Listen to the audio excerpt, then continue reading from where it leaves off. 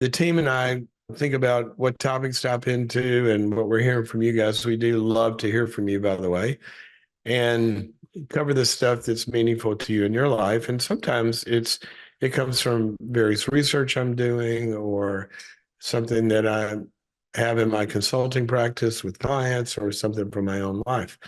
Well, this one was I actually have other topics we push back a little bit because this one is very current to me. And the topic is stuff you don't want to do or something you don't want to do. And you really don't want to do it. But you'd be a lot better off if you did. And so some of the dynamics included in that. Where did this come from? Well, it came from my night last night, which ended up having an unplanned all-nighter because I am in the final process of writing a book that'll come out this summer. It'll come out in June. You can find it and pre-order it if you want, wherever books are sold, Amazon, other platforms. It is called Why I Believe. And this is a different book for me. It's not about necessarily my field and the things I usually write about in psychology and leadership in those areas. This is a book that started out. The working title for me was To My Friends. And the idea of the book was it addresses a problem that I have. And the issue, it says, is I've got an issue, and this book is my attempt to solve it. And the issue is I love God, and I know beyond a shadow of a doubt that he's real. He's proven that to me for decades. That's not my problem.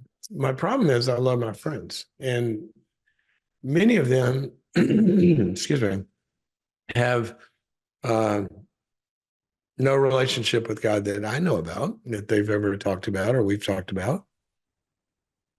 And I would like for them to know how real he is and have a relationship with him. And that shouldn't be a problem, right? To talk to him. People say, well, you talk to millions of people in media and speaking and books, and how can you not even talk to your own friends? I go, well, simple. People sign up when I go give talks about faith or involving faith. They sign up for that. My friends didn't sign up for that. They came to play golf or go to lunch or, go to dinner or, go to a party or something. They didn't sign up to talk about God. And a lot of times that conversation makes people really feel uncomfortable. And I go, oh, well, I'd like to, but, I don't want to make them feel weird or judged or whatever. But then it hit me that there's an aspect of me that a lot of them, they know about because I'm one Google search away from finding out that I have written a lot of books on faith and spiritual growth. So they know it, but a lot of them, and, they come by this honestly, their picture of somebody of faith is somebody's like, you're one of those. I mean, that weird, we've all run into weirdos. And so there was always this kind of like, you're one of those, but we're friends. We never really talked about it. I said, well, I decided to solve my problem. This is a book to my friends. Here's my thoughts about God that we've never talked about. And it's my journey of how I came to faith and then the obstacles that presents, intellectual obstacles, all of that, and how those were resolved for me over time. And all that to say, the book is called Why I Believe. But all that to say, I'm in the final edits. Now, after you write a book, you go through all the months and months of writing the book, and then it gets edited by a macro edit, and then it gets down into the line by line stuff. And then the final edit is what they call a copy edit, where you're cleaning up stuff. And my publisher was delayed in getting it to me. And then they still had to meet their deadline, which was today. And they sent me an email on Friday night. I have to have it by Monday. I was leading a retreat this weekend, and I had no time to finish the parts that weren't done yet. And I wake up at 1 this morning, knowing this has got to be finished today. And I knew I had to get up early and begin to work on it. It's 1 a.m. and I woke up and I can't sleep because all I can think about, can I get this done? I don't know if I can get this done. What they left for me to do tomorrow. And I'm sitting there obsessing about it in the middle of the night.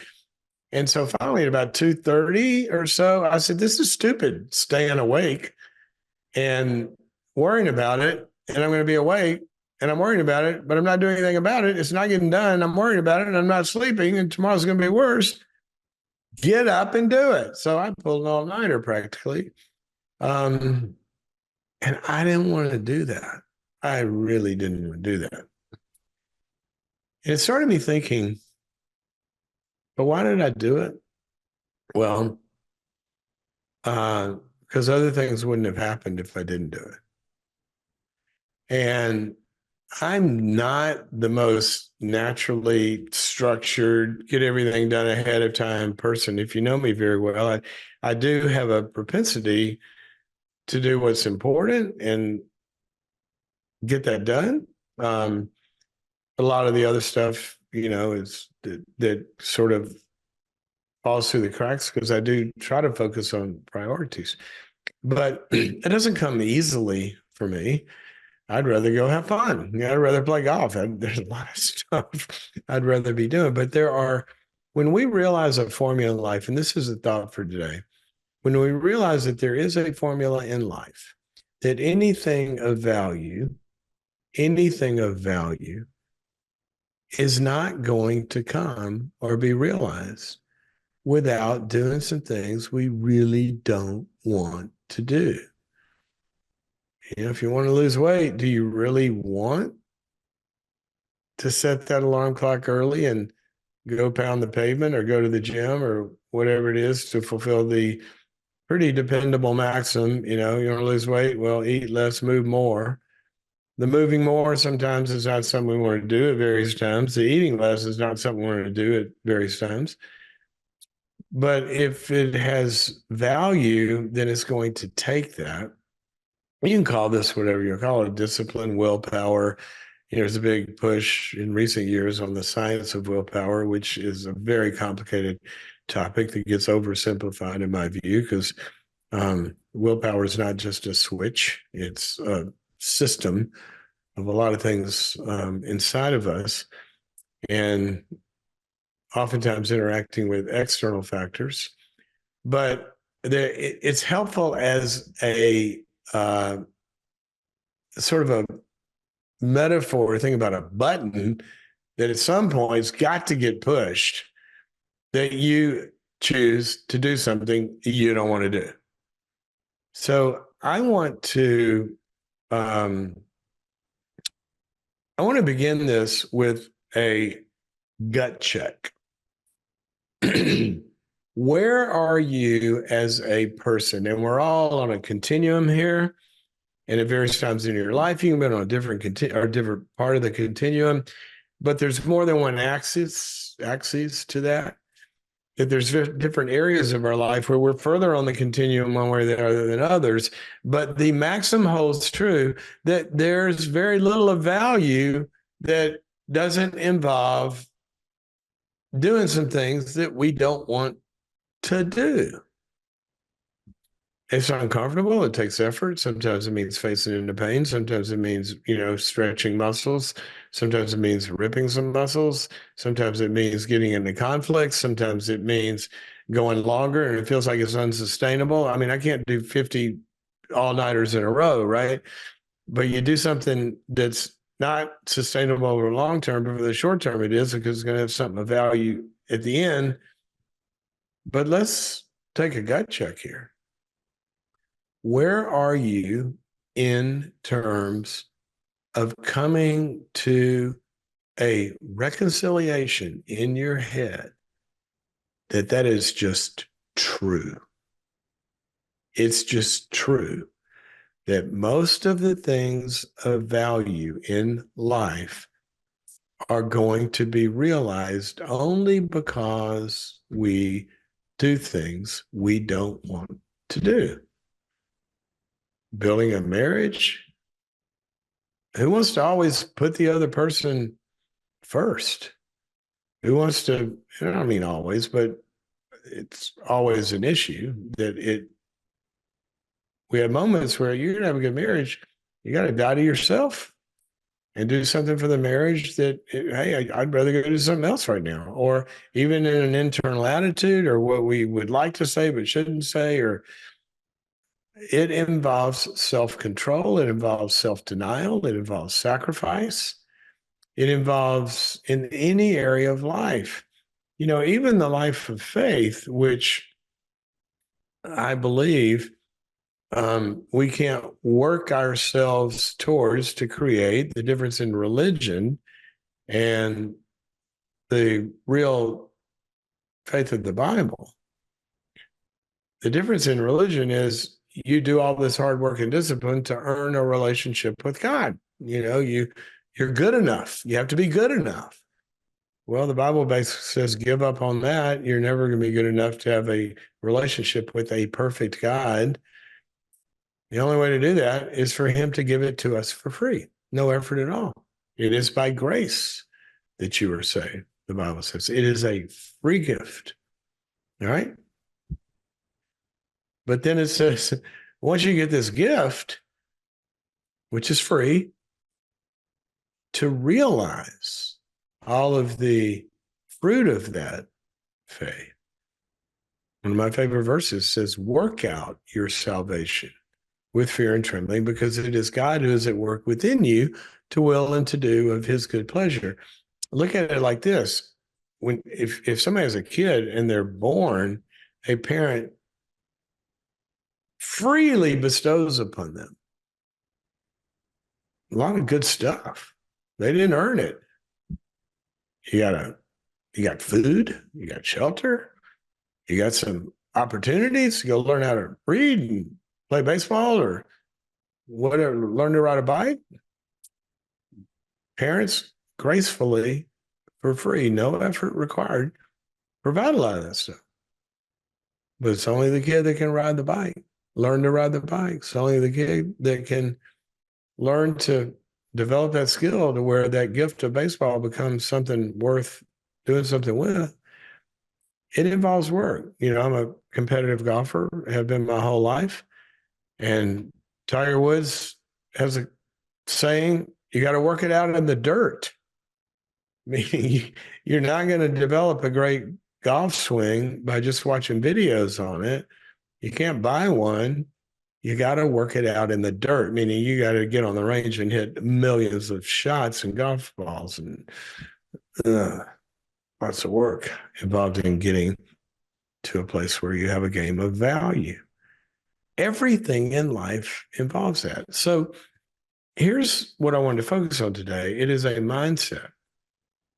When we become comfortable that, and think of all the sayings that have come from the collective unconscious of humanity around this. Well, there's no such thing as a free lunch, or no pain, no gain.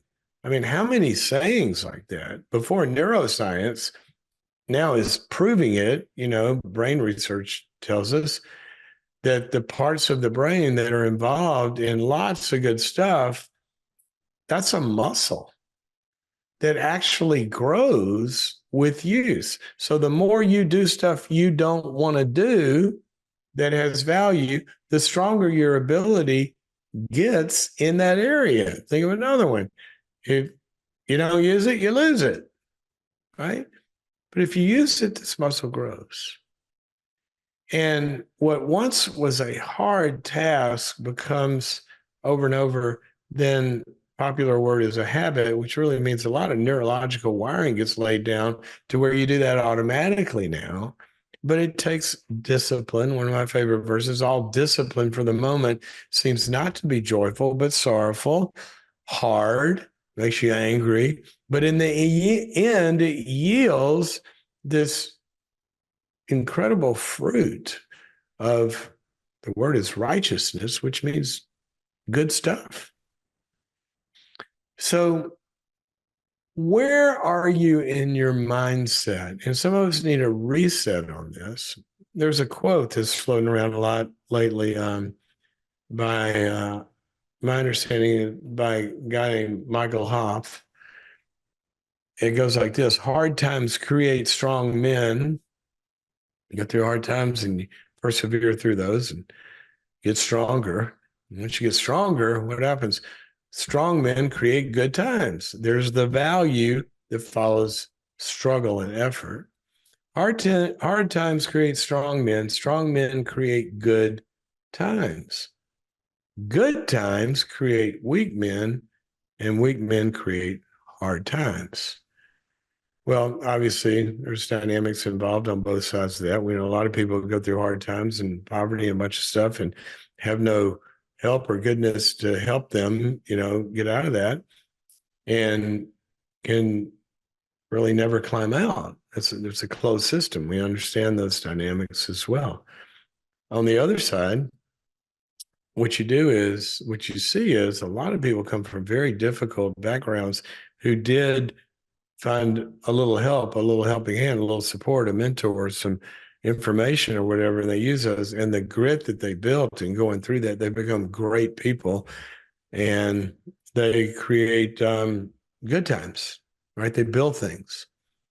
And this is one of the pieces of known research that holds true across cultures. There's an old saying, from shirt sleeves to shirt sleeves in 3 generations, meaning somebody comes from nothing, builds a fortune, and then the next generation is kind of didn't come from exactly the same struggle, because now they've got privilege that or privileges or opportunities, and didn't have to do quite the building that generation 1 did. And now they utilize that, but they've been around them enough to where that some of it sort of, is still there, and they do the work and this and the other, but it's not the same as the first generation with the same grit and strength a lot of times, unless that's built into them in some situations. And it is in about 10% is what it shows.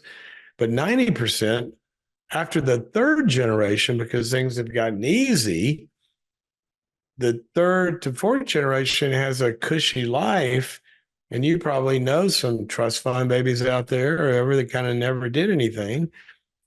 And shirt sleeves to shirt sleeves after 3 generations. Well, by the 4th generation, a lot of times, massive wealth in some wealthy families is gone. And saying holds up, and one of the reasons I want to talk about this topic today, it's in our culture, there's a lot of thinking out there, not in all pockets, but some.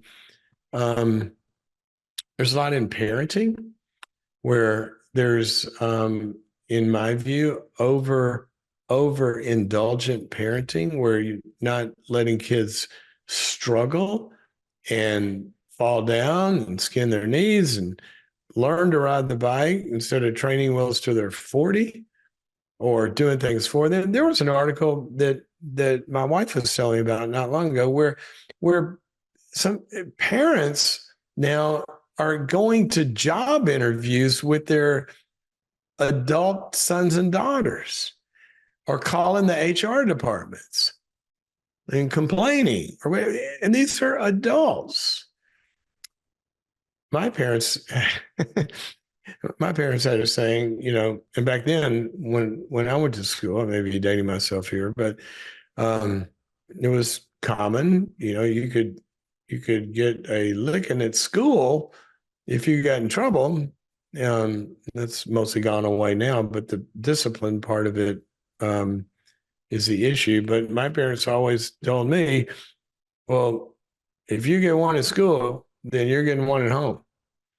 Meaning, and they didn't, that generation, and I still believe in this, you've got to let your kids work the conflicts out and learn to do that. Now, that doesn't mean that sometimes there's one instance in both of my girls' educational path where I did call the school and request to meet with the principal because of a policy that was going on that I felt like was not really good for the kids.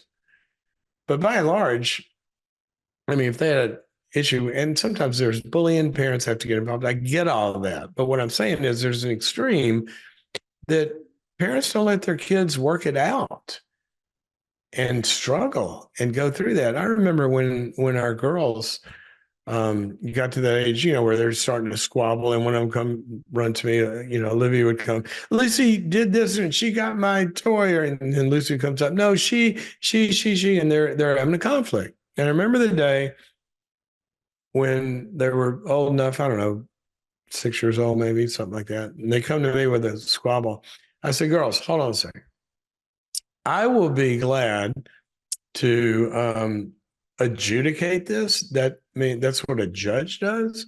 I will listen to your arguments and I will judge your arguments, meaning I will decide who's right and who's wrong. And if you want to bring a argument to daddy court, this is daddy court. You want to bring an argument to daddy court? You can. But here's the rules. The loser pays. They go, what does that mean? Well, if you guys come to me and she did this, and the other says she did this, I will listen to it and I will decide who's right. But the one that I decide is wrong has to pay the court fees. What's the court fee? I go, my time is expensive. So if you want me to resolve this argument for you, then it's going to cost you. What does that mean? I go, I don't know. You might lose your skateboard. I mean, I'll just take that as my fee, or, whatever it is. And I'll never forget this. They looked at each other and looked back at me and looked at each other, and they go, that's okay. We'll figure it out. And they ran off. Well, just a little small example. They didn't want to do the hard work of doing that. They wanted me to do it for them. And we all are like this by nature. We want to do what is called temporal discounting, which means doing the easy thing now. And we prefer smaller immediate rewards, which feel good, that undermine our long-term objectives and the long-term goals of value that we have. I mean, saving for retirement's an example of this. On and on and on. So it's a mindset check. Where are you in coming to friendly terms with the laws of gravity? That if something's going to have value, it's probably going to involve my doing something that doesn't feel good first. Working out a conflict, going to the gym, going back to school and getting a degree.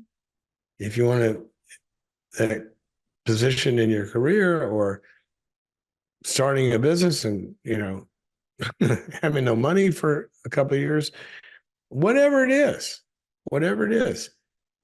it's probably going to involve doing stuff you don't want to do. Now, the more we are okay with that and don't see it as some sort of persecution that life requires something from me, then we face into it and embrace it and tend to do the hard stuff that we don't want to do.